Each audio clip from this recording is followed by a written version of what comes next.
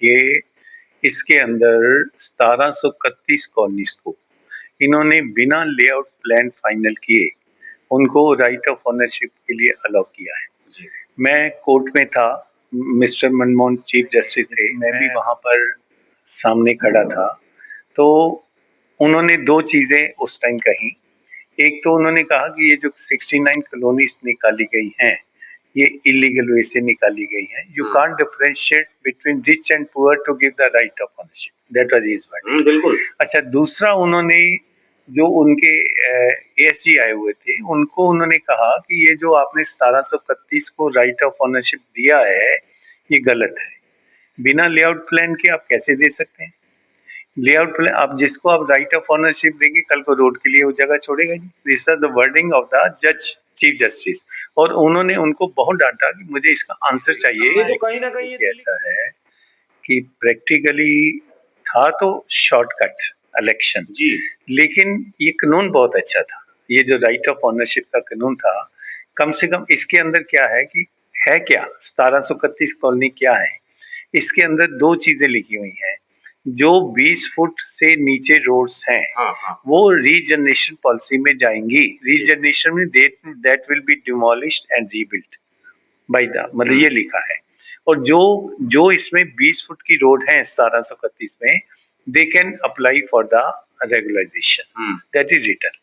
और उसमें हमारा ये कहना है, हम कह रहे हैं कि उनको जो भी गलती की, लेकिन हमारे केस के अंदर पहले लेआउट प्लान फाइनल करिए, उसके बाद हमें राइट ऑफ ओनरशिप दीजिए जो कोर्ट ने कहा है। We asking that. नमस्कार, आप सभी का बहुत बहुत स्वागत अभिनंदन करेंगे और साथ साथ हमारे साथ रमन अग्रवाल जी मौजूद है जो कि 69 वेलफेयर एसोसिएशन के प्रेसिडेंट साहब हैं। इनका भी मैं बहुत बहुत स्वागत अभिनंदन करता हूं। सर, आपका बहुत बहुत स्वागत है। धन्यवाद। रमन जी के साथ आज एक गंभीर विषय को लेके हम आलोचना करेंगे और गंभीर विषय दोस्तों कुछ और नहीं है। 69 अनधिकृत कॉलोनियों के बारे में आपने सुना होगा, खासकर अगर आप दक्षिणी दिल्ली क्षेत्र में रहते हैं तो इस मुद्दे को लेके काफी सरगर्मी थी, है और आगे कब तक रहेगी ये शायद मैं भी नहीं कह सकता हूँ। इस विषय को लेकर रमन जी से बात करते हैं क्योंकि तमाम सारे विषय कई दिनों से ये फॉलो अप लेते हुए आ रहे हैं, कई दिनों से आंदोलन भी कर चुके हैं, कई एंगल से इस घटनाक्रम को देखा गया है। इवन अर्बन मिनिस्ट्री से लेके छोटे नेता से लेके बड़ा कोई भी ऐसा बचा नहीं है जो इस विषय को नहीं जानते हो। वहीं थोड़ा सा रमन जी से मैं क्लैरिफिकेशन के साथ साथ पूरे डिटेल के साथ साथ आप लोगों को बताना चाहूंगा। 69 वेलफेयर एसोसिएशन आपने बनाया, 69 अनधिकृत कॉलोनियों का नाम जो आता है, पहले ये कॉलोनियां है क्या है, पहले लोगों को ये पता चले, थोड़ा सा रिमाइंड कर लेते हैं लोग। देखिए, ऐसा है कि 2008 में शीला दीक्षित के टाइम 1797 कॉलोनीज आइडेंटिफाई की गई कि जिनको रेगुलराइज करना था। जी। फिर उसके बाद सरकारें बदलती रहीं और कुछ भी नहीं हुआ। और 2019 में जाकर सरकार ने, जो बीजेपी केंद्र सरकार है, इसने बहुत अच्छा निर्णय लिया कि इन कॉलोनीज को कम से कम घरों का मालिकाना हक दिया जाए।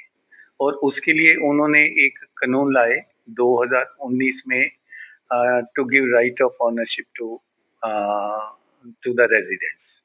और उसके अंदर क्या है कि 1797 में से 1731, जहां 45 लाख लोग रहते थे, उनको तो अलाउ कर दिया गया राइट ऑफ ओनरशिप अप्लाई करने के लिए।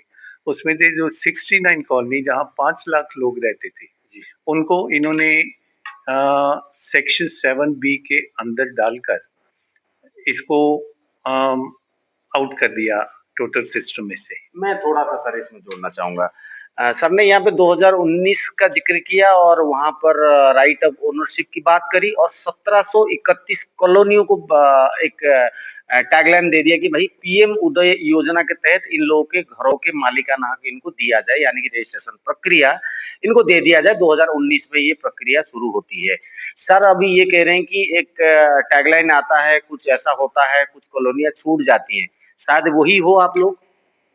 हमें ऐसा है कि जो सेक्शन 7B क्या है, सेक्शन 7B का मतलब है टू, जो कॉलोनियां एक्सक्लूड की गई हैं, ये वो लिस्ट है। हाँ, इसके अंदर इन्होंने जैसे फॉरेस्ट लैंड ली है, इसके अंदर इन्होंने यमुना रिज एरिया लिया है, इन्होंने इलेक्ट्रिक के नीचे जो वो हाई लिया है, टेंशन। और उसके साथ इन्होंने 69 कॉलोनीज को एफलेट बनाते हुए, जो कि बिना आधार और सर्वे के इन्होंने सेपरेट एफलेट बनाई हैं, और इसके अंदर बहुत 80% जो घर हैं 69 में, वो 200 गज से छोटे हैं, प्लॉट छोटे हैं। ये एक बिल्कुल अंधेर नगरी से सारा काम हुआ है। पहले इनको एफलेट बना दिया गया गलत ढंग से, फिर एफलेट बनाकर इनको एफलेट कहते हुए निकाल दिया गया। 1731 में इसमें फिर जोड़ना चाहूंगा, क्योंकि अभी भी नहीं क्लियर हो रहा है कि सरकार की इच्छाएं क्या थी। टोटल अगर कॉलोनियों की बात करें 1731, और सर जो कह रहे हैं कि 69, सर टोटल कॉलोनियां अगर दिल्ली की बात करें 1700 एक तरह से हो गया। दक्षिणी दिल्ली में ये जो हिस्सा था, ये जियोग्राफिकल कंडीशन में सर से पूछता हूँ, वो कानून और आइन के विषय में तो बाद में समझते हैं।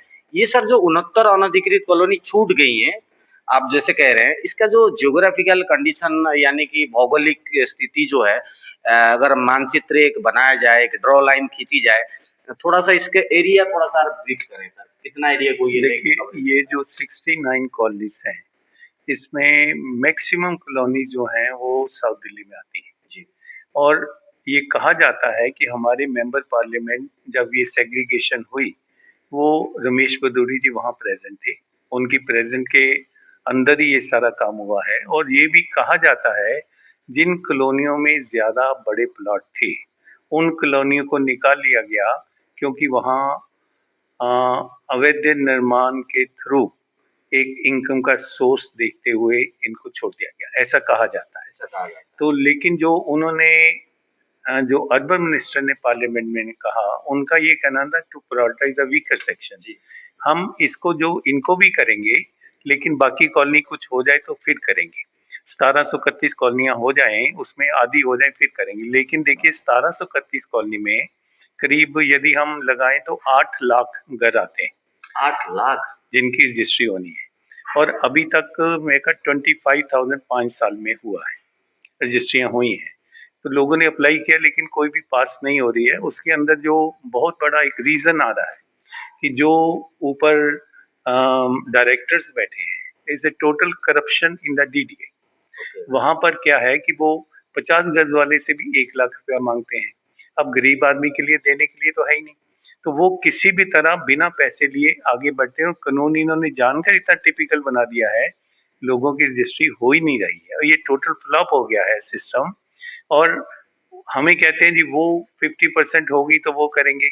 जब हमने कोर्ट में ये क्वेश्चन दे दिए तो कोर्ट ने इनको डांटा कि वहां तो 10 साल लग जाएंगे। कोर्ट का थोड़ा सा, कोर्ट के ऊपर तो बाद में आने की बात है, उसका भी मैं थोड़ा सा इसमें जोड़ देता हूँ। रमन अग्रवाल जी कहते हैं जब 2019 में ये इन्होंने 1731 कॉलोनी डिक्लेयर करते हैं, वहीं 69 अनधिकृत कॉलोनी को छोड़ देते हैं, तो सर वहां पर क्या आप उत्थान करते हैं? 69 अनधिकृत कॉलोनियों को लेके एक एसोसिएशन बनाते हैं, फिर आप लोग विचार करते हैं, फिर आपके मन में गुस्सा आता है या मन में मलाल होता है, किस तरीके से फिर उसके बाद वाली स्टोरी थोड़ा सा बताएं। देखिए ऐसा है कि जब इन्होंने हमें एक्सक्लूड किया, देखिए उसके बाद क्या हुआ कि ये साउथ दिल्ली के अंदर 10 सीटें थी जी। 10 सीटों में बीजेपी खाली 1 सीट जीत पाई, वो भी 3,000 वोटों से। बाकी पूरी साउथ दिल्ली हार गई। उसके अंदर जो ये कॉलोनियां हैं, ये इधर 7-8 गांवों में फैली हुई हैं, जिसमें हम कहते हैं खानपुर कहते हैं, देवली कहते हैं, नेपसराय कहते हैं, सैलाजाब, मदानगढ़ी, छतरपुर, आयानगर, महरौली, फिर बसंत कुंज, महिपालपुर। ये जो कॉलोनियां है, ये करीब 5 विधानसभा को अफेक्ट करती है जी। और लोगों में काफी गुस्सा था। जैसे इसके अंदर 2-3 तो 3-3 4-4 हजार वोटों से हारी, और इनको बीजेपी को वोट नहीं मिले ये जो कॉलोनी के अंदर। जी। तो वो जो 69 कॉलोनी जब आप लोग सारे लोग मिले, डिस्कशन तो हुआ होगा सर, डिस्कशन के बाद फिर आप लोगों ने निष्कर्ष निकाला होगा, कैसे ये 69 अनधिकृत कॉलोनियों को आप लोगों ने मतलब एक तरह से एक धागा में आपने बांधा। 69 वेलफेयर एसोसिएशन का नाम आता है, जो कि कई सारे कॉलोनियां, कई सारे आरडब्ल्यूएज, मैंने पहले भी कवरेज किया है। तो वो सिलसिला कब शुरू हुआ, जब आप एक्सक्लूड होते हैं तब? मैं बताता हूँ, हमें ये 2019 अक्टूबर में जी। जब इनका लॉ बना, जब लॉ के अंदर इन्होंने रेगुलेशन में हमें निकाला जी तो उसके बाद हमने अपनी वर्किंग शुरू कर दी। और स्टेट इलेक्शन के बाद हमने इमीडिएटली पहला तो हमने एक कोर्ट के अंदर केस डाला जिसका मैं भी पिटिशन हूँ। जी।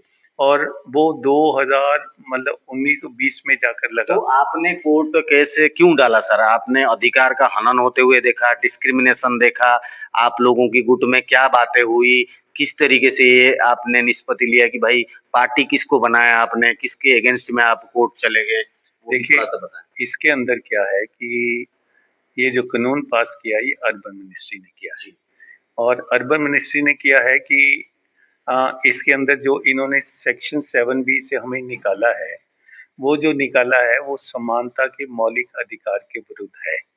ये घरों का मालिकाना हक देने के लिए एक कानून बना है।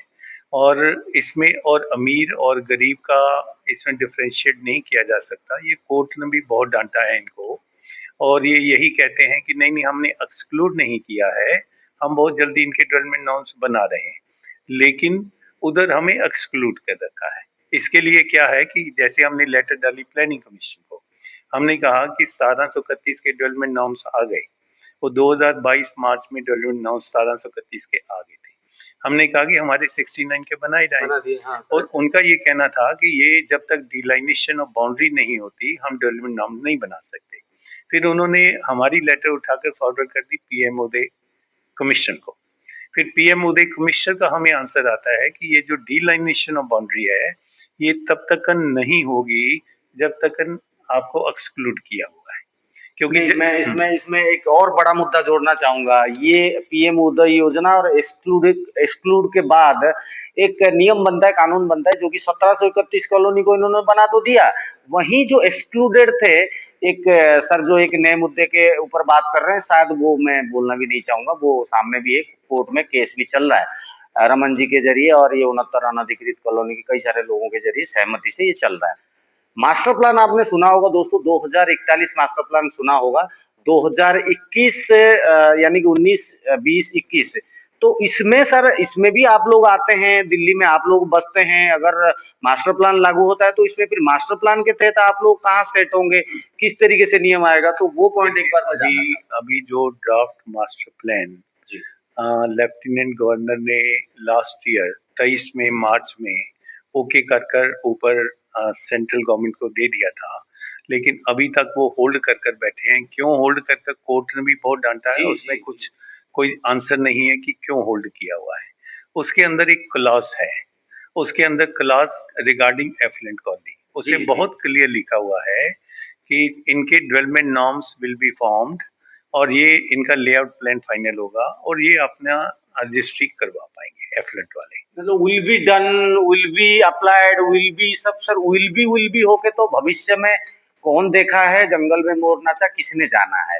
ये एक बड़े शौ की एक बात होती है भैया। 1731 कॉलोनी जब पारित होती है, विरोध के बाद कोर्ट में केस चलने के बाद बना देंगे जी, कर देंगे जी, चलिए ये प्रशासनिक लेवल की बातें हुई।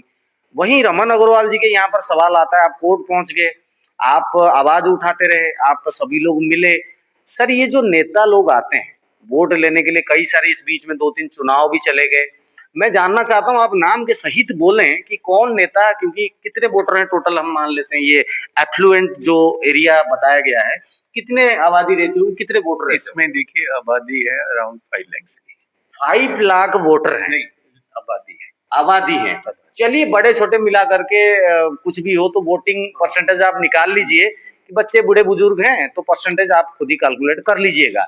मैं जानना चाहता हूं कि ये जो चुनाव जब आते रहे, नेता आप लोगों के पास आते रहे, मिलते रहे, इन बिटवीन आप प्रशासनिक लेवल में मान लो एलजी से लेके मिनिस्ट्री से लेके चाहे एमपी से लेके एमएलए से लेके निगम पार्षद से लेके, वो थोड़ा सा कवरेज आप बताएं कि कहाँ कहाँ आप गए, किन किन ने आपसे प्रतिश्रुति दी और किन किन के जरिए काम होना था जो आज तक भी नहीं हुआ। देखिए पहला तो हमने मेलिंग की, हमने प्रधानमंत्री जी को सैकड़ों लेटर लिखी, एक नहीं हमने सैकड़ों लेटर लिखी। कभी आता था वहां से आंसर?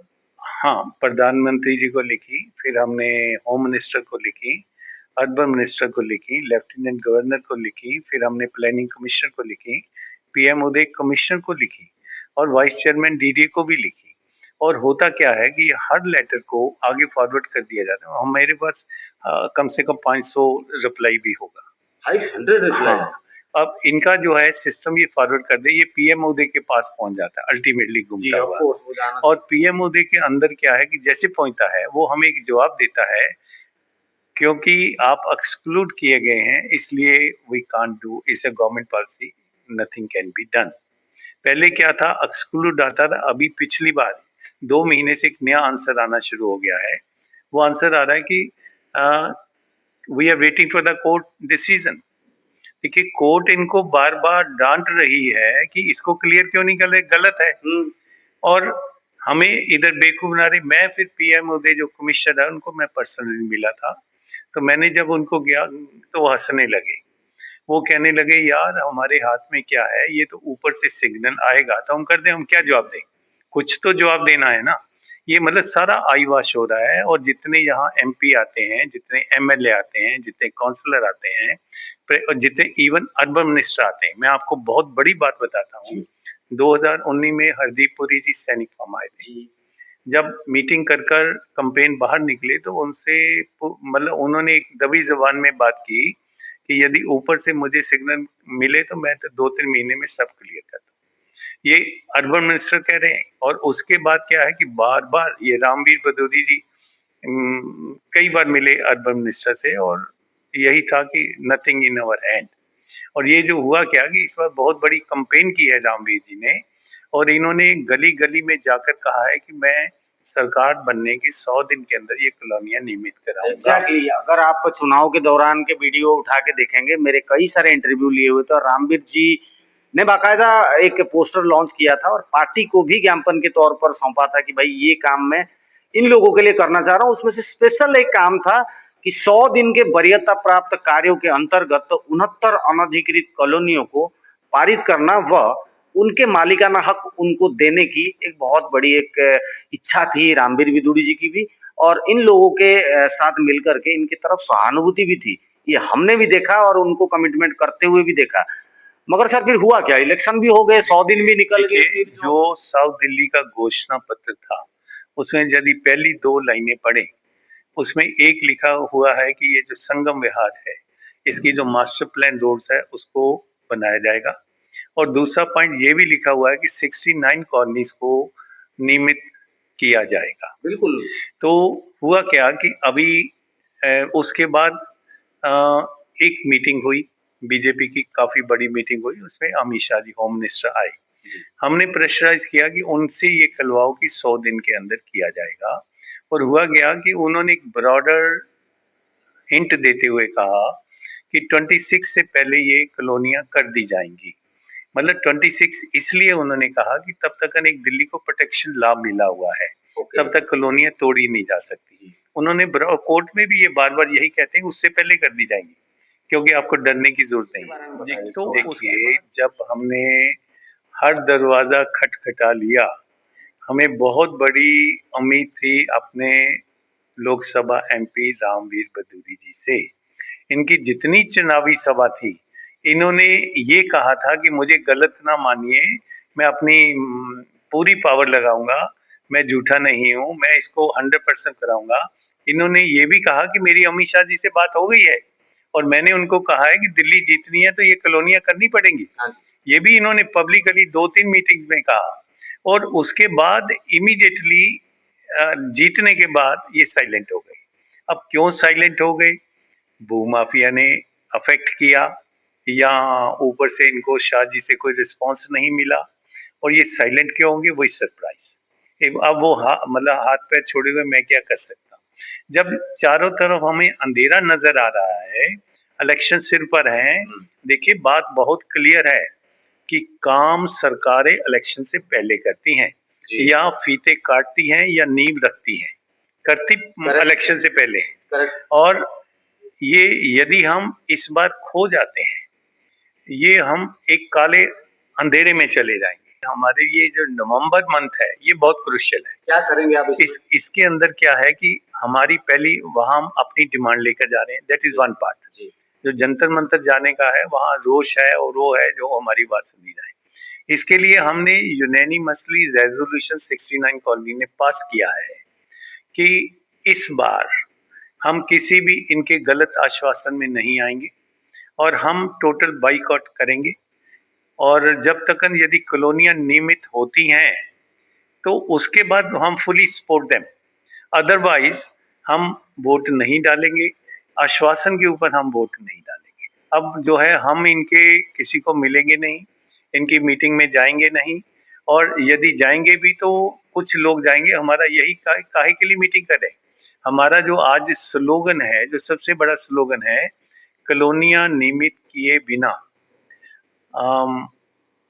वोट मांगकर हमें शर्मिंदा ना करें।